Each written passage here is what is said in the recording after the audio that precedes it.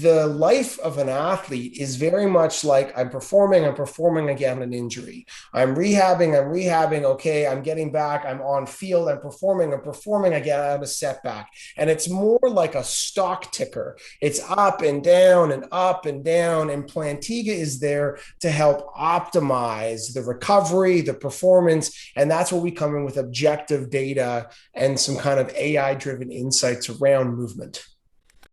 Hi, welcome to the Halftime Snacks. My name is Ronen Einbinder. This show features the stories of talented people working in sports. Are you ready? Let's go!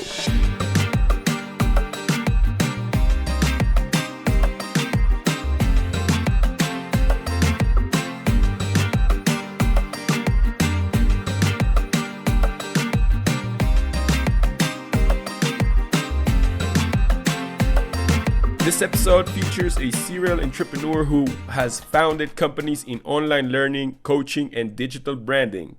Our guest today is a very special one.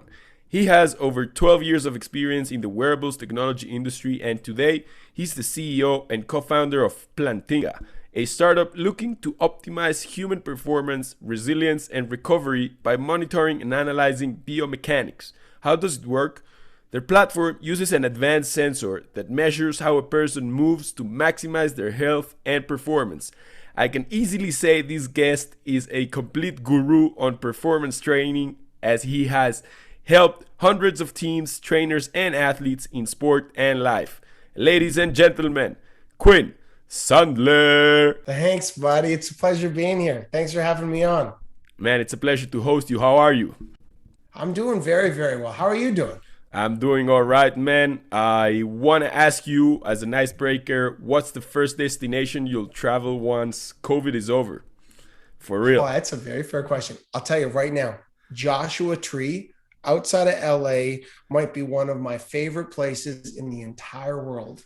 I want to go to Joshua Tree. As soon as that border opens, I want to get down there. Joshua, it's like an hour outside of Palm What's Springs. in there? It's unbelievable. And what's in there? Nothing. No. It's in the desert. There's a big national park called Joshua Tree National Park. You can do amazing rock climbing, hiking, and I think I just like the vibe of that area. It's beautiful. That's where I would go. Nice, man. That's awesome. I've never heard of that place, but I'm now gonna add it to my bucket list. Take a look. I'm so glad that we're gonna get to speak about so many things that you've been into: entrepreneurship, Plantiga, their product, and human performance, man. But how about we kick it off with you as a serial entrepreneur who has founded different companies. Interestingly enough, I went over your LinkedIn profile and I saw that you had you were never an employee. You were always a founder. So I was really interested in seeing that, and I thought, man, this guy must have some skills that are, the skills needed to succeed as a serial entrepreneur. So I want to ask you if you think there are specific skills for serial entrepreneurs that, they would help them in their ways, in their ventures to succeed, and why would you say those are like important skills? That's a really good question. Yeah, I've been self-employed since high school, so I haven't really worked for a whole lot of folks. So what are the two skills? I think the biggest one that I know is I have never, actually the flip side of that, I've always wanted to control my outcome. I never wanted to go work for somebody, spend all of this effort and time lining somebody else's pocket. So no matter what I did, I always thought, no. I want to control that. Whether I was, picking up websites and developing websites at first, but just always wanting to be entrepreneurial and having kind of a sense of, like, ego is a strong word, not being arrogant, just feeling like I never wanted to go and work for someone because I thought they were kind of idiots. And I just really wanted to do it myself and either, succeed with myself or fail. So I don't know, maybe there's like a healthy level of independence, but I think that's good to cultivate and not necessarily waiting on any job or any employer to give you a raise, or like you shouldn't. It depends if you are an entrepreneur, but you shouldn't rely on anybody to advance your career. You have to go out there and do it yourself. So that kind of take initiative approach, I think that is a critical skill set that if it doesn't come naturally, one has to develop. The other skill set is almost not blind tenacity, but you just have to keep going. I cannot stress how many times it has felt like I have run into a wall, and it could have been any number of companies I've started. Like, it is just hard. It is very, very hard. And I think there's too much of a rosy picture around startups and entrepreneurship. They just don't say how challenging it is. It's just hard. So you have to be tenacious almost to the point of blind. Like, you almost, like, I don't know if you know the term, you have to be like a sadomasochist. You have to like enjoy the pain.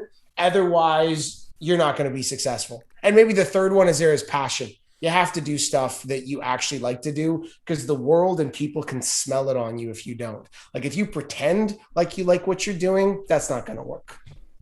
Yeah, I agree with your 3 points. I think that the second one goes along the lines of resilience, which is quite related, as I Yep. read, to what you guys do at Plantiga. So we'll touch more of that later. But I want to ask you, in terms of like career development, like what is your take? Does this type of career development is for everyone? Is let's say someone who is planning his career in college just right now, is about to finish, and he is thinking about what or how does he want to like partake this out. Do you think that is this like serial entrepreneurship and going out and being self-employed all the time, is this for everyone, or do you think that there's something that you would have done differently, or do you think that there's things that work and doesn't work? So I don't know if I would do anything differently, because I feel like I'm very proud of where I've got to. And I also feel like I've just started. At the same time, I feel like I'm in like inning one of nine, and I've just scratched the surface. Um, Entrepreneurship is not for everybody. It really isn't. And people need to do some self-awareness and some self-exploration. If someone might be just better off going to work in some job and actually likes that, and for them it's very stressful and anxiety building to try to do their own thing, and that is okay. Like, not everybody is built to be an entrepreneur. So I feel like if I was a kid in college or giving advice to somebody there, they should really just think long and hard on kind of what makes them happy and what passions that they have. They don't need to go and start their own company, or whether it's like strength coach training, or like they don't need to do that. Some people are very happy to go work at a gym and like get the corporate experience and train there. Like, you don't have to follow the route that I've taken, or other entrepreneurs. Now, that said, I think entrepreneurship is a skill that should be taught like history or math. And Hmm. even if you're not good at it, we should teach people, women, men, when they finish school, they should actually try to go and like kind of what you're doing right now with building content. And like, that's exactly the type of thing that people should push themselves to go and do, even if it doesn't come naturally. So I don't know if I would do anything differently. But I think for people, I don't think there's a right answer. I think some people can kind of pave their own way, and they finish school and they can go start their own company. They could, sport consultant, they'd like, well, like lots of stuff. Or they could go, and if that's not for them, they should go work with a company and just learn. It shouldn't matter about where they come in. If it's like a athlete management system or some type of wearable company, or even going and work at a sports scientist at some like small team in some city, like, don't worry about it. Just go and learn. So it's just whatever route makes sense. One of the things that I would add to that answer is that you probably have to be very, very aware on what's going on with the world and what's going on with the industry that you want to be, where you want to break in. Let me give you an example on why I mean this, because as an example of why the world is changing now, media, as we were just talking before our episode, media is changing very fast. We know that there's the product, there's the distribution, and there's how there's both the quality of the content and also the quantity of the readers, right? There's CNN who has amazing distribution, maybe not the best content. Then Questionable there's content. Yeah. yeah, and then there's different sources of content that are really valuable, but that don't get access to so many eyeballs. So I'd say that it's really important to understand what the trends in the world are, meaning where are the new readers going to consume their content from, or what kind of new companies are being developed, or technologies, let's say blockchain for instance, or what kind of things are being developed in the world that will some one way or another impact what you want to do. So just following on what you said, I guess that first of all, first decide what is it that you want to do, or where is it that you want to like go, and who you want to work with, but then also understand the environment. Just make an analysis. Yeah. Well, I think you're completely right. You need to take a look at what's going on in the world, and you want to be a part of, I guess, trends. To counter that, though, at the same time, like there's an exercise that my dad would always go through. Imagine that money was no option. Imagine you didn't have to work. Okay. You just had money. You could pay for whatever you wanted. In that event, what would you do with your time? Now do the exercise. Okay, well, if I didn't have to pay bills, I would probably go and teach little league softball. Or I'm just making this up. I'd go and be a musician, or I would go back to school. Then the answer is go and do that. Because sometimes, yeah, it doesn't really matter about the trends. You should just follow your passion. And if you do that, you're never ever going to go wrong. It doesn't even matter if your passion is like be an apiary, you know what I mean? Like someone that tends to be, it doesn't matter what your passion is. You'll be happy. And for all you know, you might start making content about tending to bees. You know what I mean? Like Yeah, follow that is what I would say. yeah, man. Yeah, I think that makes a lot of sense, and at least from my point of view, I think that as long as you enjoy the process of whatever it is that you're doing, like just stay there. That's the correct course. Totally. It's not a matter about the money. It really isn't. I know a lot of people that make a lot of money and are not happy. Wow, that's a really great quote.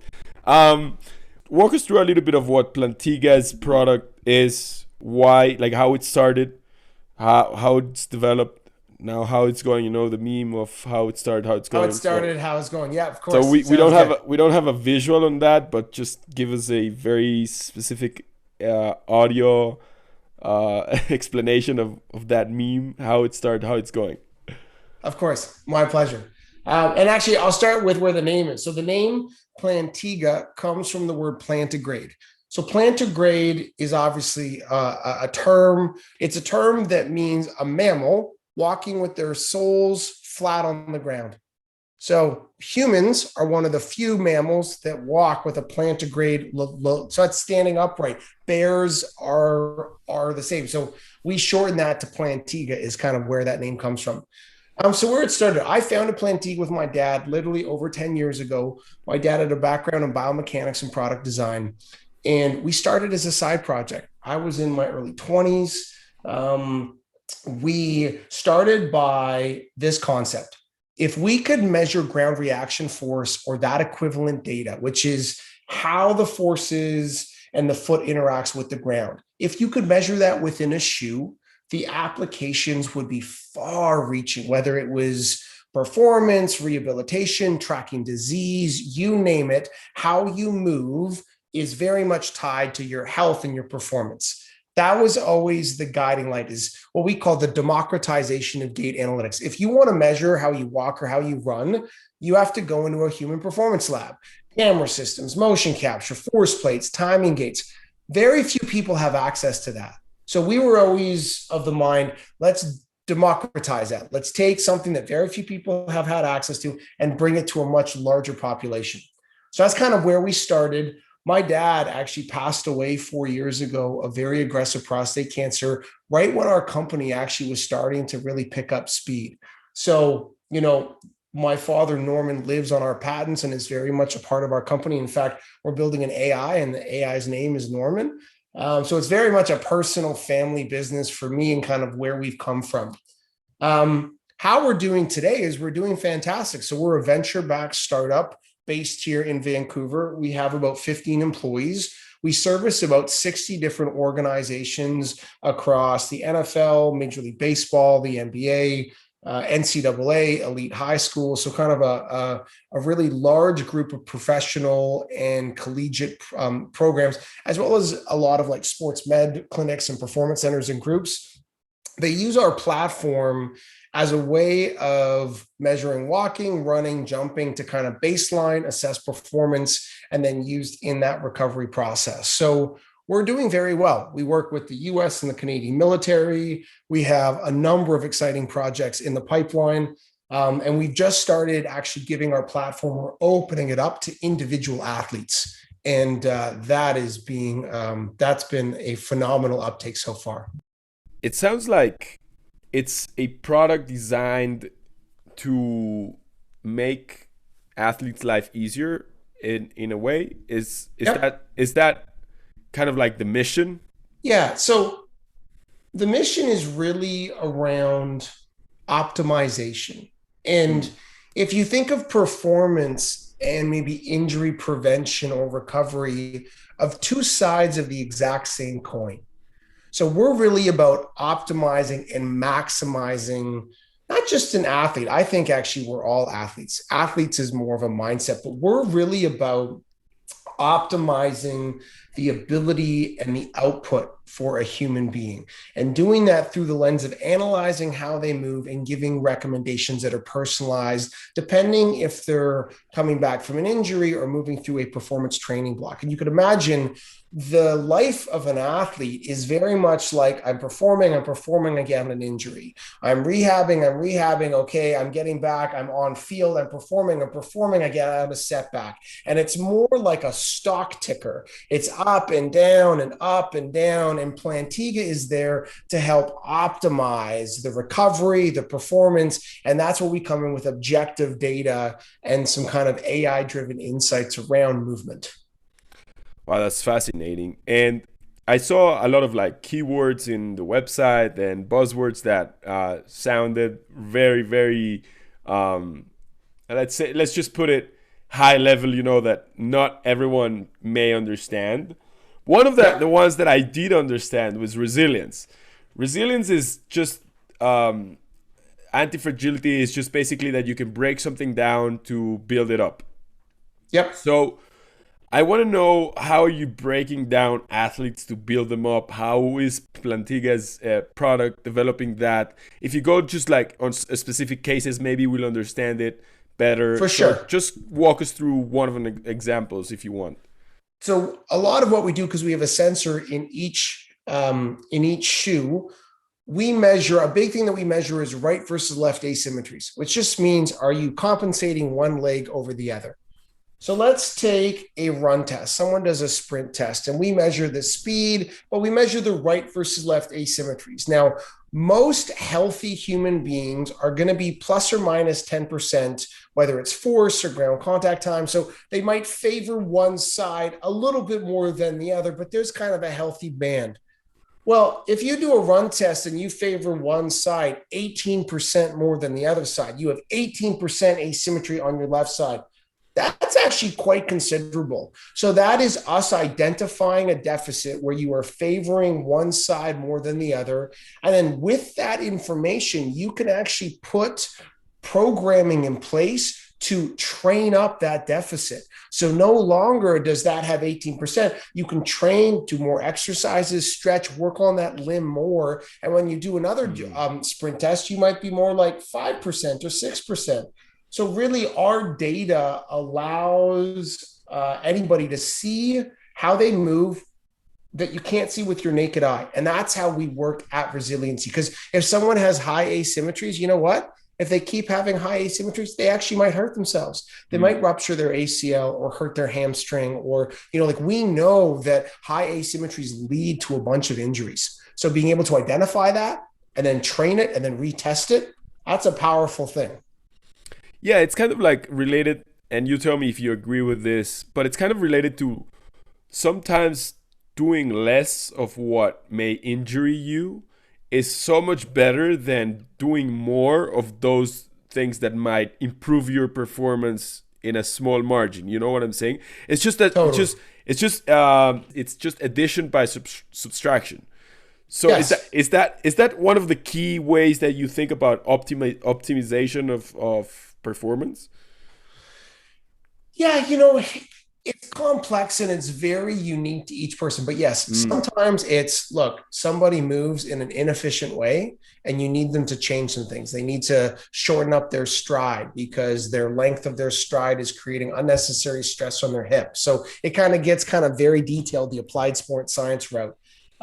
But sometimes it is a little bit more addition and it's, they have a weaker limb and they need to make their left side stronger because it's just weak compared to the mm, right side. So yeah, I think it is about fine tuning and sometimes it is about reducing and more optimizing movement patterns. Think of think of like an F1 car, okay? If that car is not fully tuned up properly, it's probably going to have quite an off alignment, and then the car won't run that well. You can kind of think of a human being in a very similar way, mm, where especially in the athletes, they're like F1 cars, and they need to be tuned properly. They need to be aligned properly, and if any of them are not, because it's such a high speed sport, and let's say it's football or basketball, because it's such an intense sport that if they have a pattern or a disalignment, that could really affect them. So that's kind of where we come in. yeah, I love it because it really is the nitty gritty of movement. It's just Yep, going into the super, super small details that you can't even see with your eyes, that you can that's only it. use through technology and optimize the different things that athletes do to improve those things. Now, going from the macro to the micro, I think that's even more interesting because you may say, okay, yeah, but if you stretch your leg a little bit more, yeah, but why? Why is a different stretch gonna create a better impact in this asymmetry that you mentioned? Like, why? Like, that's even like, think about why does a macro thing that you may do before you run or even during your run is going to influence this super super small detail during the run. It's it's Yeah, it's just like working the formula backwards, the algorithm of what you do backwards. It's I think it's super interesting. totally. And like on that point, it's really even hard for us to prescribe Right, that's specific what I things to mean. do because it's very like somebody could have a high asymmetry because they're actually feeling kind of down because they're in the midst of a divorce and they argued Yeah. with their wife all night. That doesn't, right? But we're just reporting, hey, you have a high asymmetry. That maintains you have a high probability of getting injured. It's kind of like trying to predict the weather. It's like, look, Yeah. it looks like it might rain on the weekend. That means it might not rain, but it looks like it might rain. So that's Mm, kind of where we are right now. And we actually we're very careful not to prescribe unless we have a lot of context, unless mm, we know, how do they feel and we're talking to them. And that's kind of what we do a bunch with our sports teams. Is the context means mm. everything to the data, because just looking at somebody's jump data or their run data, that Yeah, doesn't may not really tell mean, us yeah. everything. Yeah, no, data just tells a very small portion of the story. I Yep. say, that's why coaches know their players better than anyone else, and that's why even today we still have coaches and not just computers replacing them, because coaches can Coaches will know. always be there. Yeah, Always. A coach will never, all data does is hopefully reduces some of the burden of injury and true. helps optimize, but nothing will replace a human being. Almost like we facilitate and support coaches. Yeah. That's kind of where I think data comes in. In your mind, how does the future of human performance and all these things that we mentioned look like?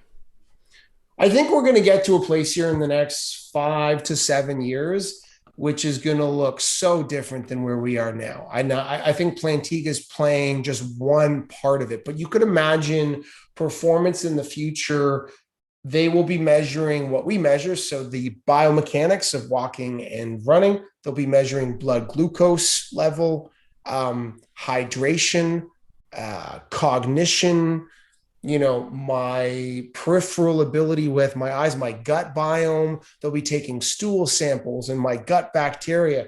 And performance in the future is going to be a very holistic approach of looking at an athlete with very personalized programming and recommendations. It's not going to be so you're in Mexico right now, soccer, right? Or for like, it's not going to be give everybody on the soccer team the same program. Not at all. Every single person's different, and they're going to basically build personalized programming to each individual player. That is the future. I have no doubt. And I think we're going to get there kind of in the next few years for sure. I wonder if after that you're gonna be opening a new startup or something. Yeah, you never know. Yeah, you never know. Or we'll just buy other ones and we'll be that company that offers all of those, Yeah, absolutely, man. That's super interesting. But since we're running out of time, Quin, it's been a great halftime snack to spend with you and to listen to your insights and all your knowledge coming from, a very experienced entrepreneur, someone that has been through a lot, someone that has worked on Plantiga's product for a while and that has a lot of insights around human performance. Man, I want to ask you a personal question that may be related to things that we talked, but what is your personal definition of success? Oh, that's a really good question. Success is a combination of just almost putting your head down at night and being happy, because that to me is successful. And that might be you working at a bookstore and you just love old school books and you don't like the internet and you love your job. You can go to bed happy. And I think that's successful. That's being successful. Successful is not money or companies or cars. Like, it's none of those things. People are successful with no money, but if they're happy, and I know people like that, they might work construction, like friends of mine, they like build homes, but they're the happiest people in the world. I put a lot of respect on that. I'm happy in what I do, but happiness, I think, is not with what you get or what you acquire. It's success is happiness. That's very powerful. I want to thank you, Quin, so much for sharing that, and also for coming to today's halftime snack. It has been a very much of a pleasure to host you and to hear all your insights around human performance and Plantigas and what you guys are doing. I can't wait to see what the future holds up for you. But man, thank you once again, and I hope we can get to do another halftime snack somewhere in the future.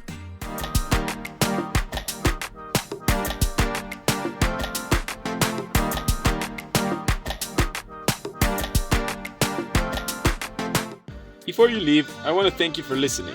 To hear these or any other halftime snack, check out the full archive on my website, which you can find on the show notes. See you next week!